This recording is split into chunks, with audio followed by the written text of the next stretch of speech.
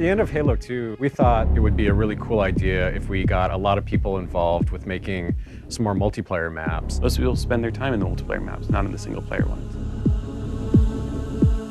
The importance of all the different things you can do is wildly changing. It's easy to get the concept. I'm here to defend this base. 10 seconds remaining. So we split into 4 groups. Fresh ideas. Non-stop action. Bang, bang, bang.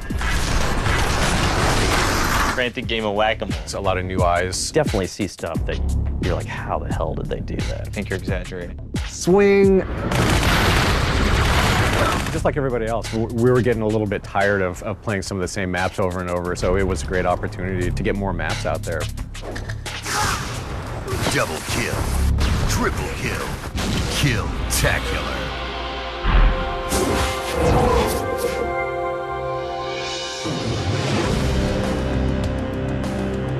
Containment is a big map. It's definitely the biggest map in the downloadable content. 2 team capture the flag, 8 on 8.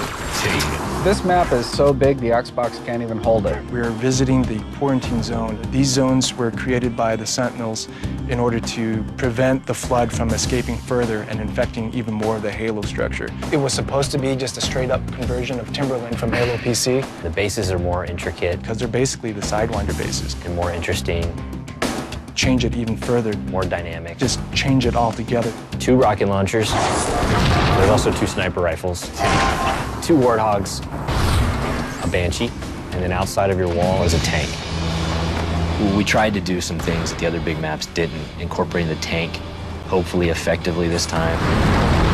They sort of flesh out their ideas with Max sort of riding shotgun over all of them, making sure that they're not getting too crazy. We were going to have what we call boo bags. They would just be these clusters of these boogers all over the level that would explode and harm you. Max decided that they bounced too much, so he made them pretty static. If they're going to make a change for artistic reasons, it's really helpful when they also can think, how is this going to affect actual gameplay? Whenever you ask Cotton or Paul about it, they get pretty upset because they like them the way they were. You wonder why this map took 3 months to make. There wasn't really any precedent for bouncing testicles of death. I hate video games. What?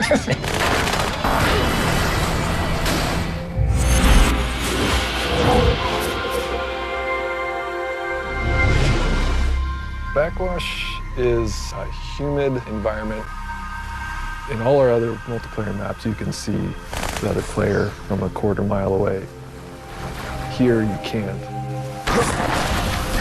We knew we had to make a small, like 4-player Slayer-style map. The idea came up to use the Halo 1 swamp as this foggy arena. Old and crusty Forerunner. We're saying this is on the Delta Halo, and it's actually an area very similar to the place on the Alpha Halo where the Chief met Guilty Spark. In fact, we actually have the monitor of the Delta Halo. He's flying around the environment. We definitely were looking to encourage the short game, so you'd be more inclined to use weapons like shotguns and the sword. It's very easy to spawn and instantly see where everybody's fighting because you see plasma bolts in the fog and you know exactly where everybody is, so you just go charging over there. And Nathan's favorite tactic is to get up here on this little metal protrusion, then he's just lobbing grenades down at people. I'm kind of the resident griefer. I kill everybody on my team, laughing at the top of my lungs. Nathan's griefing is well balanced by his lack of skill. Yeah, no one likes Nathan. Yeah. You know, this map will be a success if people love to play Slayer Halo at its simplest form. It should be one of these places where it's just fun to find the high spots and gain elevation through jumping. And when you do that and you pull it off, I don't know, I feel like a Halo god. And we got glow bugs. It doesn't get any better than that.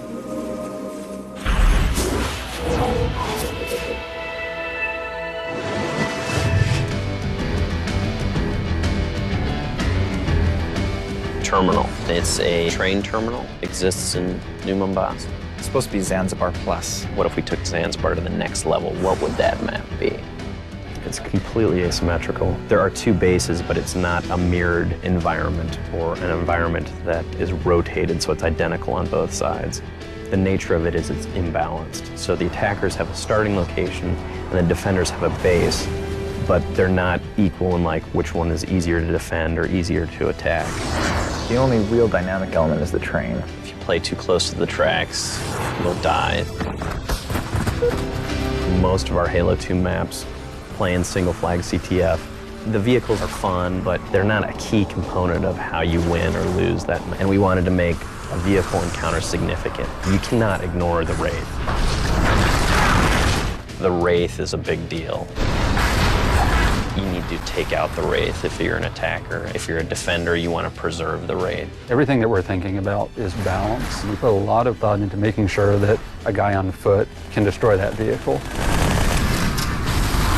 No rocket launcher. No rocket launcher. No rocket launcher. It's a big design issue. I think they've actually softened on that position a little bit. There's now a rocket on terminal. Okay, people who are good with the Wraith, we've added the rocket launcher back in the terminal, which we didn't want to do in the first place. We tried to specifically design this map so we didn't have to use the rocket launcher, but now because people have gotten so good with the Wraith, the rocket launcher's back in there. It's pretty rare that you'll get people just sitting in a spot and being cowardly.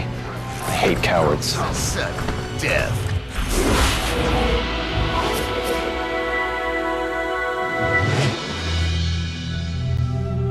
This is a remake of Longest, one of the maps in Halo 1. It's supposed to be this dirty cargo freighter. 2 parallel hallways with bases at either corner. You can see Earth. You can see the moon. I thought about that. I really hated about Longest that I wanted to fix. The ladders really destroy the realism. I've never seen a ladder I like. You have this vertical motion, but you don't see your hands doing that. Oh, we got rid of all the ladders. Everybody hated ladders. The really nice thing about this map is that there's total mobility. It's a fairly simple map so that it's easy to navigate, easy to understand. One of the ways that you can get to the second floor from the ground floor is to take advantage of these boxes that are moving around.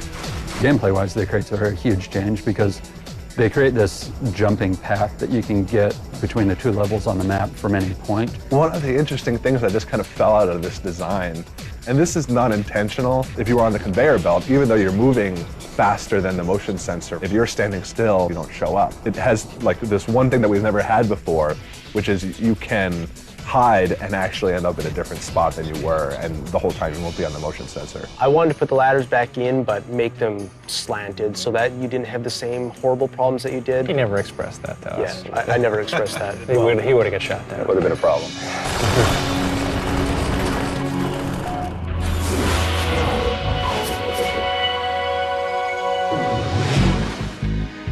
Relic. It's a big island. The original idea came from the very first Halo multiplayer map back on the PC. 4 and 4, that's kind of the sweet spot for that map. The more people, it gets a little more chaotic. We were looking for a asymmetric 1 flag CTF map that played differently than any of the others. It's designed specifically to have a unique experience for Capture the Flag. It's set up to have a side that is protecting the flag. So there's always an attacker and defender keeping the entire map in play at all times. It totally changes the way the 2 sides behave. One of the smart routes to go is down here by the beach because that's where the rocket launcher is. Both sides trying to fight to get that as quickly as possible. You take the quick route and run out in the open to get to the base? Or did you take the longer but safer route? I mean, there's a trade-off. We intentionally make it so that the fastest route is the straight line that's running the gauntlet, so it's risk versus reward. Scoping out over the entire island is really cool because you can see people coming up through the rocks. Killing spree. Double kill. There's a contest to go and get the rocket launcher, much like there's a contest to get the sniper rifle. You have to make real conscious decisions about what's important to you to win this map.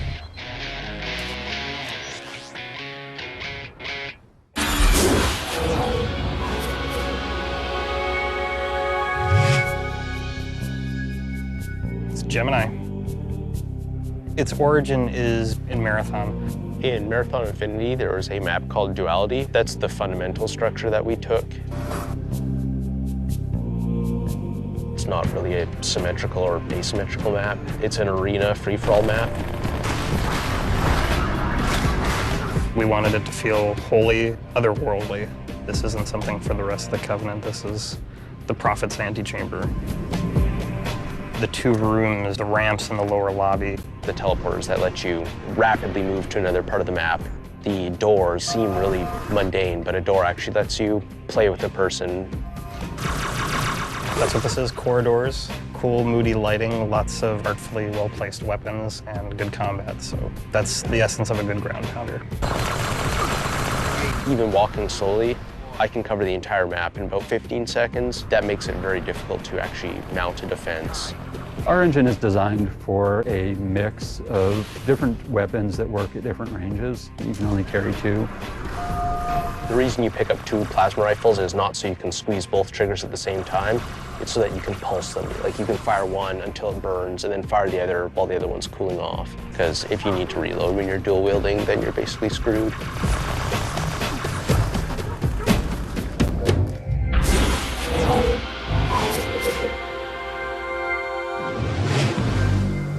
I really wanted to have a lot of small maps. Warlock had a characteristic of being 4-way symmetrical. Radially symmetrical.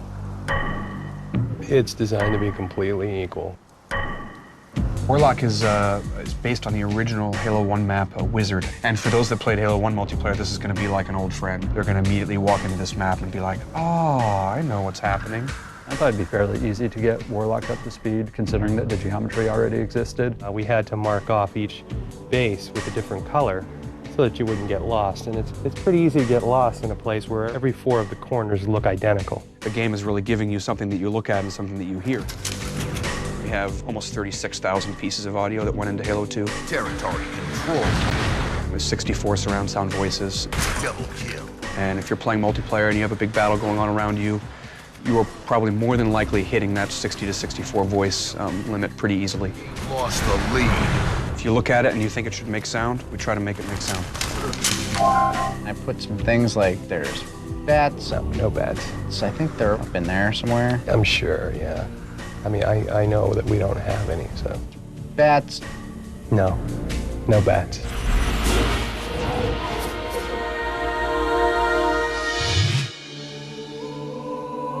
Sanctuary is about a battle that takes place on the Delta Halo. You could envision Delta Temple being in the distance behind the cliff and behind the waterfall. It should look like a single-player map, but play like a multiplayer map. It's old Forerunner architecture, supported by some newer Forerunner metal structures. It's really important to us that people believe that they are real places in our universe.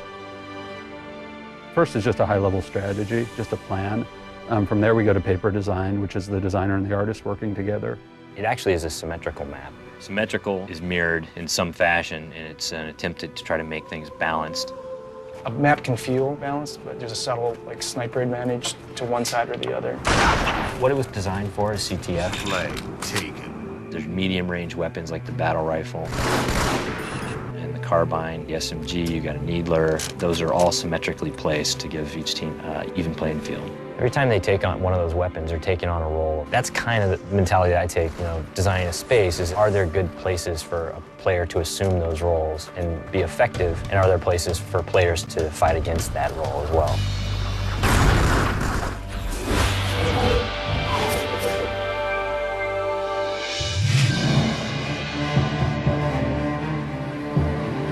Turf. Turf is a medium to small map. Set in Old Mombasa, sort of early in the invasion, before this stuff really starts hitting the fan. Old Mombasa was probably my favorite part in the single player in Halo 2. Seeing certain landmarks from a single player game in the distance, like the bridge, just gives it such a great feel. It's got lots of cover, lots of very small-scale interconnections, more close quarters combat. It's meant for a match between 2 small teams. We really wanted to work on a map that really featured a new game type that we had in Halo 2 called Territories. Territory sort of requires a map that is designed for the game. Territories is the game where the objective is to capture and control the territories. Territory control. As you control them, you gain time, and you win the game by having the most time. The more control you have, the more tenuous that control is. As you're controlling a larger area of the map, you have to divide your attention over a much greater space, so then it's easier for the underdog to come in. Territory lost. We have a street territory which is being themed as a Marine headquarters. The opposite corner, we have a warehouse territory. And then at the third corner, we have a scarab. Although in Halo lingo, aren't they called plots? No, they're just territories. In the UI, doesn't it say plots? Well, it's called 3 plots for the three territories. Therefore, yes, in Halo. Am I being too verbose? This is going to be the easiest map to navigate and learn. So everyone always wants to do a little bit more than they probably can. We always overshoot and then come back. Put it in, rip it out. This map has probably had the most work done on it of all the maps.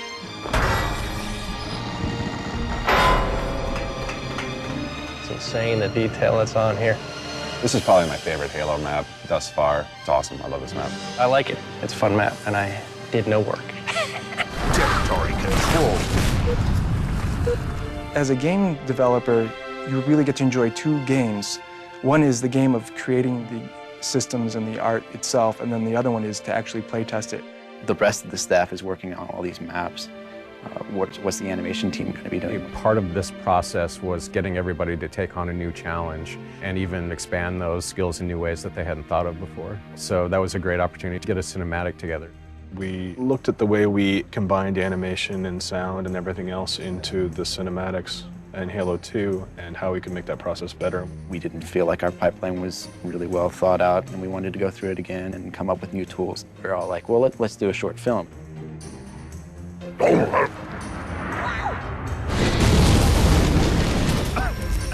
Status! I wanted to do something that kind of paralleled what happened in the game. The Marines at the beginning of our city is one of those kind of tangents that you see the beginning of and then you see the end of, but you never really hear what happened. The third Pelican, kind of flies by, and then halfway through that level, you see that same Pelican crash on the beach, and you meet up with the Marines that were in it, but you never really found out what happened to them. It felt like a good place where you can tie in both the beginning and the end to actual gameplay. Just placing the Master Chief in the scene, and this shot that I'm working on right now is the very first shot. This shot right here is where the Pelican has just crashed. You'll see phones checking the corpse of O'Brien. We're actually going to be able to fly the Pelican around in a space and capture 5.1 audio of it and be able to embed that in the cinematic in a way that we weren't able to in the game engine. That's actually me. I'm the one with the plasma, and that's Jeremy over here. And Bill's dead, of course. The Jackal is a good character. We killed Bill off pretty quickly. What do you think? Hollywood? It is going to be pre-rendered, so it's a little bit different than the cinematics that occur in-game. We're still using the game engine to render it, but since it's not rendering in real time, we're able to do a little, more effects and more lighting stuff. So everybody's really getting to do the things that they love to do, to work on the things that they love working on, because it was something that we were doing for fun. It was a learning exercise. It was just a lot of really good experience for everybody on the team. We have a long road ahead of us, I won't lie, but yeah, it's pretty cool. It's actually a really fun time to be working here. I would definitely say this is wet the whistle for what comes next. We better get moving. Agreed.